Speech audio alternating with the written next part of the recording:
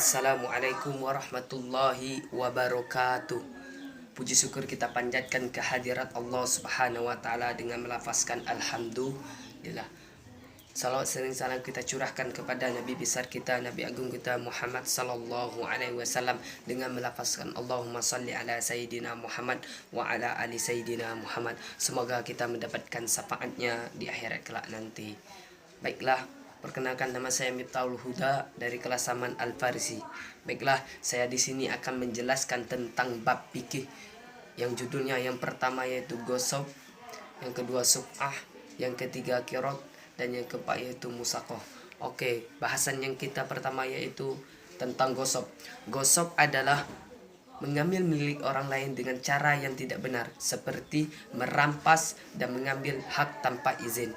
Dasar larangannya yaitu hadis yang diriwayatkan oleh Abu Dawud dan At-Tirmizi, yaitu qala yaddu ma akhaddat hatta tuaddi, tangan yang mengambil bertanggung jawab sampai barang yang diambil itu dikembalikan.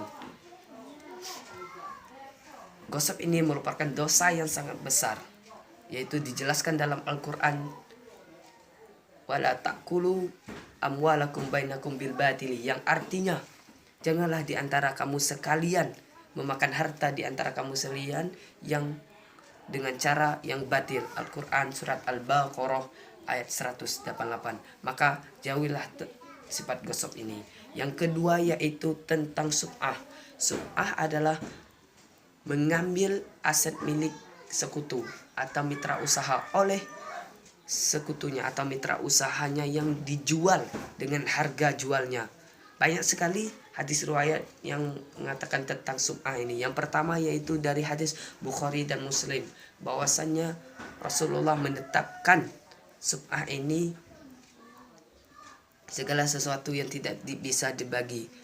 Yang kedua yaitu dari At-Tirmizi, dari Muslim, menetapkan bahwa tidak beda kaum muslimin tentang bolehnya sub'ah ini. Sub'ah ini banyak dilakukan pada zaman Nabi Muhammad, seperti yang dilakukan oleh Umar dengan anaknya yaitu Abdullah dan Utsman bin Affan.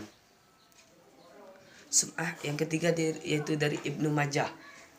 Dari Ibnu Majah yaitu as-sub'atu kahalil iqali. Sub'ah itu seperti unta yang dilepas dari ikatannya. Maksudnya sub'ah tidak akan lenyap kecuali kita memintanya.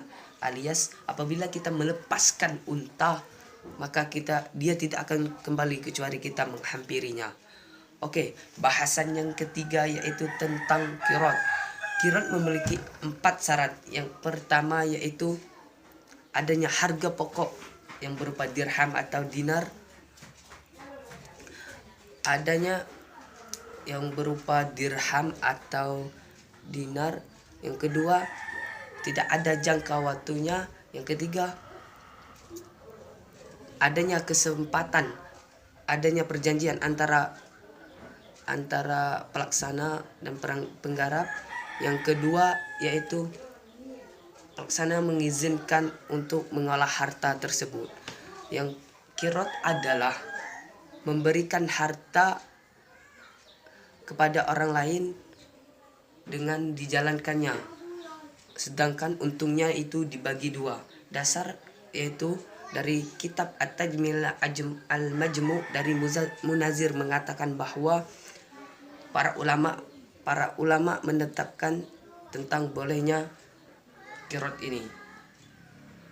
Yang keempat yaitu bahasan tentang musakoh. Musakoh itu hanya berlaku untuk anggur dan pohon kurma yang memiliki 2 syarat, yaitu musakoh yaitu memiliki dua syarat. Musakoh itu memiliki 2 syarat. Yang pertama yaitu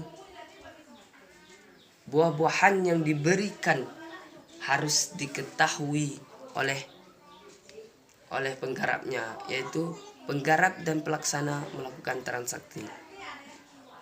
Pengerjaannya yaitu yang pertama itu apabila manfaat yang berhubungan dengan buah-buahan, maka tanggung jawab dari penggarap. Apabila manfaat yang berhubungan dengan tanah, maka itu tanggung jawab pemilik lahan.